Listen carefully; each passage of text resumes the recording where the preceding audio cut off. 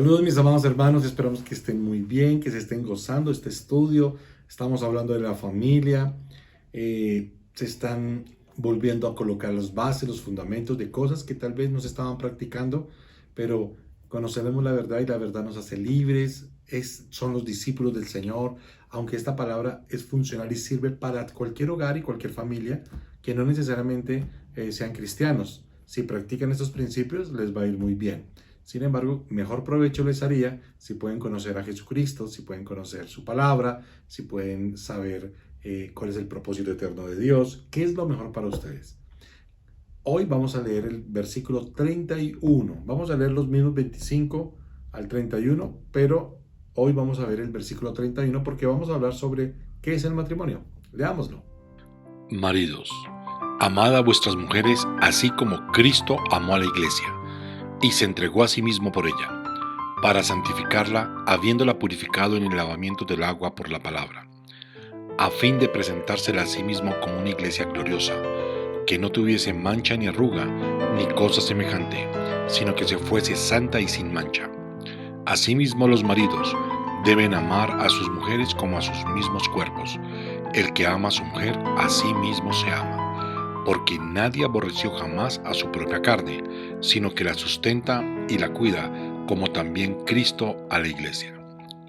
Porque somos miembros de un cuerpo, de su carne y de sus huesos.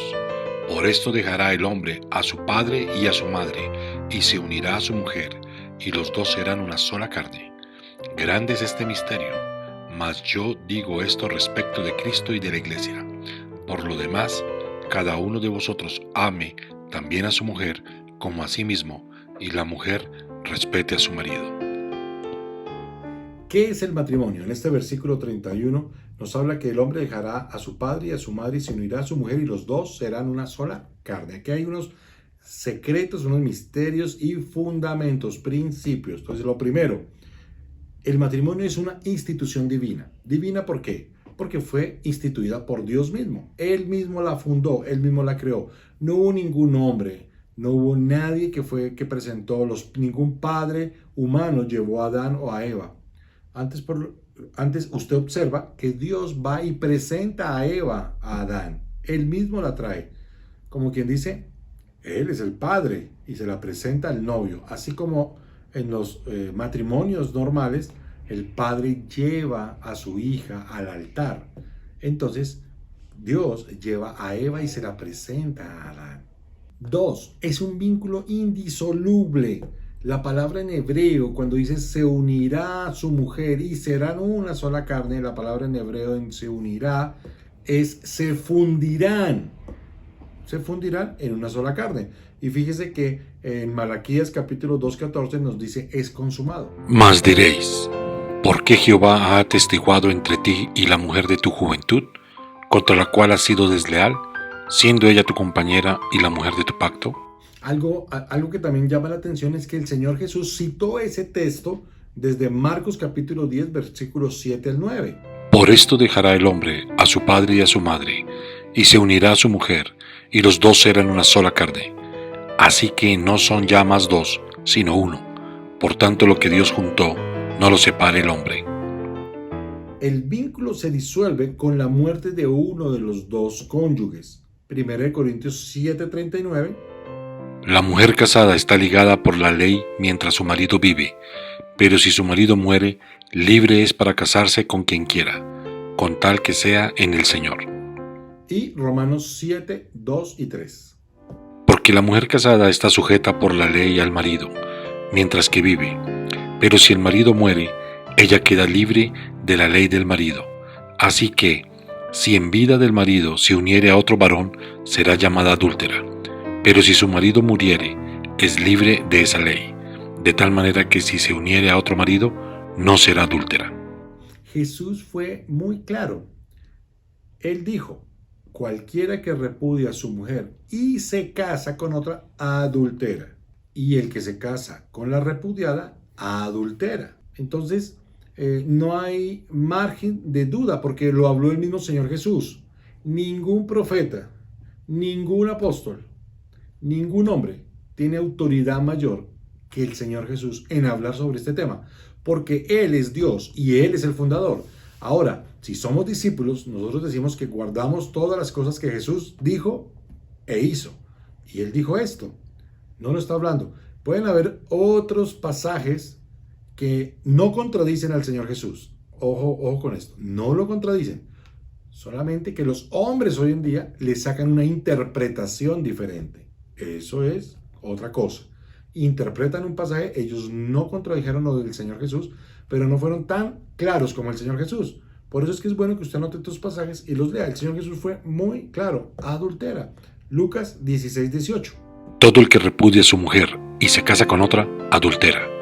Y el que se casa con la repudiada del marido, adultera. Ahora, ¿cuál es la consecuencia de esto? Acuérdense que en Gálatas 5:19 al 21 se nos habla.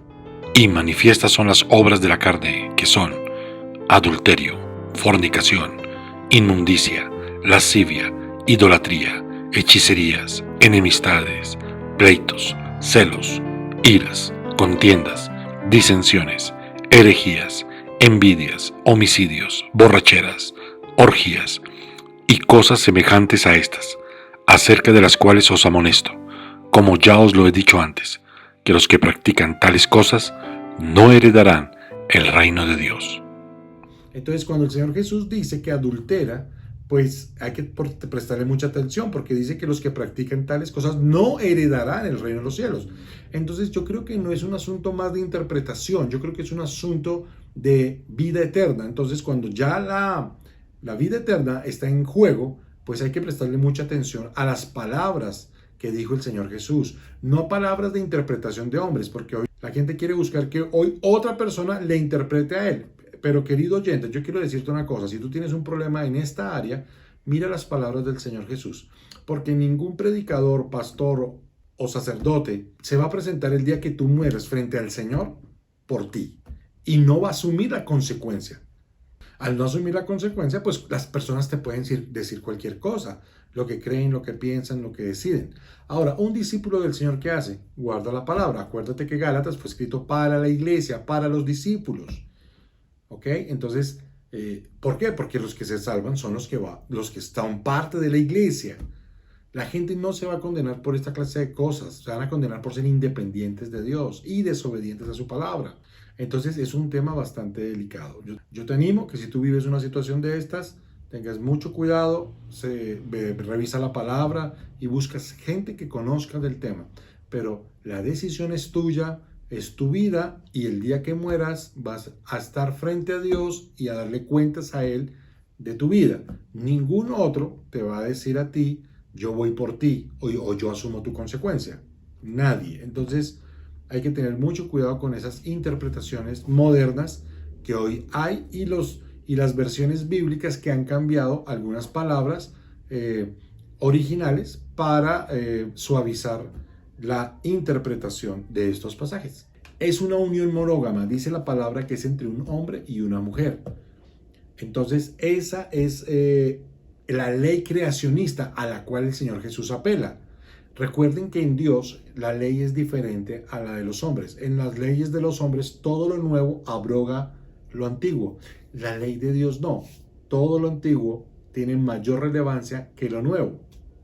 Todo lo nuevo que sale está condicionado a qué sucede en el principio. Por eso es que en esos capítulos de Mateo, Marcos y Lucas, cuando habla Jesús acerca del matrimonio, Él se va aún antes de la ley. A Él le refieren a Moisés, ¿recuerdan?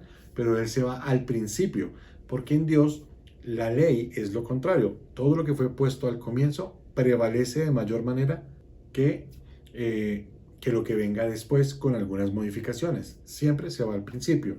Entonces, la norma monógama del matrimonio entre un hombre y una mujer excluye completamente lo que es la poligamia. Entonces, no es aprobado por Dios, no es bien visto por Dios y no va a ser juzgado a favor de. Sencillamente, no está dentro de lo que Dios colocó en el principio creacionista, que es el que más prevalece. Oremos. Padre, quiero orar en esta hora por cada hogar que está allí, Señor. Tanto los hogares, Señor, que están guardados, Señor, desde ese vínculo creacionista, Señor. Como esas familias, Señor, modernas, disfuncionales. para que seas tú ayudándoles, Señor, allí a organizarse, Señor, y a volver a un orden, Señor, que va a traerles beneficios, bendición a sus propias vidas, a sus hijos, a su familia, y no van a tener que vivir tanta consecuencia.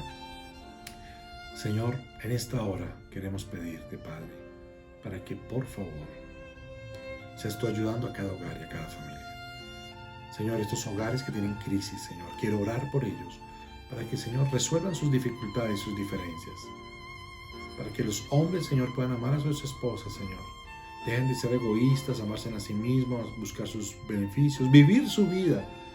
No, Señor, que puedan vivir ya la vida en familia, que puedan vivir, Señor, el plan de la familia. Te damos gracias, Señor, por este tiempo tan especial que nos estás permitiendo tener.